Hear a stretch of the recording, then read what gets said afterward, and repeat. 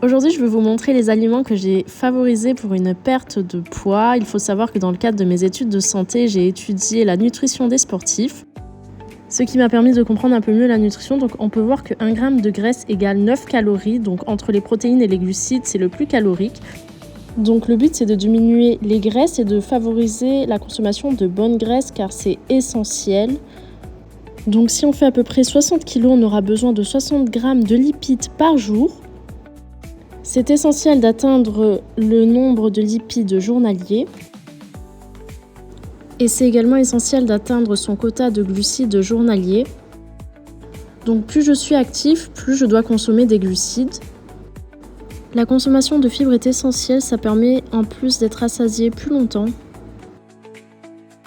La consommation quotidienne de protéines est essentielle car le corps ne stocke pas les protéines. Et dans une démarche de perte de poids sans vouloir perdre des muscles, c'est essentiel et de plus on est rassasié plus longtemps quand on mange bien protéiné. Donc les wraps protéinés c'est génial car ça permet d'avoir un wrap justement avec une source plus importante de protéines et moins calorique. Donc ce qu'on veut en perte de poids c'est d'avoir moins de calories. Les blancs d'œufs c'est incroyable, on ajoute ça à nos œufs donc ça permet d'avoir un grand volume d'œufs moins gras. Pour les adeptes de nouilles instantanées, les nouilles protéinées peuvent être une bonne option car les protéines vont permettre d'être rassasiées plus longtemps et en plus elles ont une source de fibres. Dans le rayon chips, les chips de lentilles peuvent être une bonne alternative car elles ont moins de matière grasse et en plus elles sont un peu plus protéinées car elles sont souvent à base de lentilles. Donc ça peut être une bonne option. Les légumineuses à ne pas négliger en perte de poids, bonne source de fibres, rassasiante. Ça met du volume dans l'assiette et également les légumes et les fruits, surtout les fruits rouges, sont vraiment très peu caloriques. Donc la salade, on peut en manger sans modération. Privilégiez la truite plutôt que le saumon car la truite est moins calorique.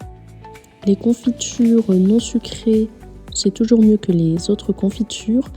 Les tranches de viande pour un snack, c'est pas mal, c'est protéiné. Si vous aimez le brie, vraiment privilégiez Brie Delight, c'est moins gras donc moins calorique, c'est en plus plus protéiné, c'est incroyable. Et également la mozza protéinée, carré frais, vraiment ça apporte les protéines dans un repas, c'est à privilégier, vraiment j'ai mangé que ça durant ma perte de poids. Les fromages avec un faible taux de matière grasse, c'est vraiment la clé en perte de poids pour avoir un déficit calorique car comme on a vu, les graisses sont plus caloriques que le sucre ou les protéines. Les pâtes protéinées, ça fait vraiment gonfler le taux de protéines, c'est incroyable. Et toujours utiliser des épices pour que nos plats ont du goût.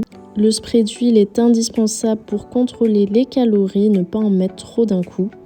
Privilégiez le ketchup plutôt que la mayonnaise. Les boissons sans sucre plutôt que les boissons sucrées car ça apportera moins de calories. Consommer des petits suisses, c'est trop bien en perte de poids. Également la pomme de terre plutôt que le riz.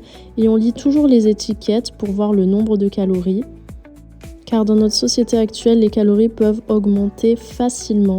Si on a envie d'un cheeseburger déjà prêt, pourquoi pas, on regarde le nombre de calories, on essaye d'adapter ça dans notre journée, on l'accompagne ça avec une salade. Donc en fait, il faut à chaque fois adapter son alimentation pour ne pas dépasser son taux de calories journalier, car c'est comme ça qu'on gagne du poids. Compter ses calories peut être intéressant pour comprendre pourquoi on prend du poids, ou même pour comprendre l'alimentation en général. Donc en fait, il faut toujours favoriser des aliments un peu moins gras, car actuellement dans notre société, on mange assez gras et on s'en rend pas forcément compte. Je ne recommande pas les régimes, je recommande juste de compter pour un peu mieux comprendre notre alimentation.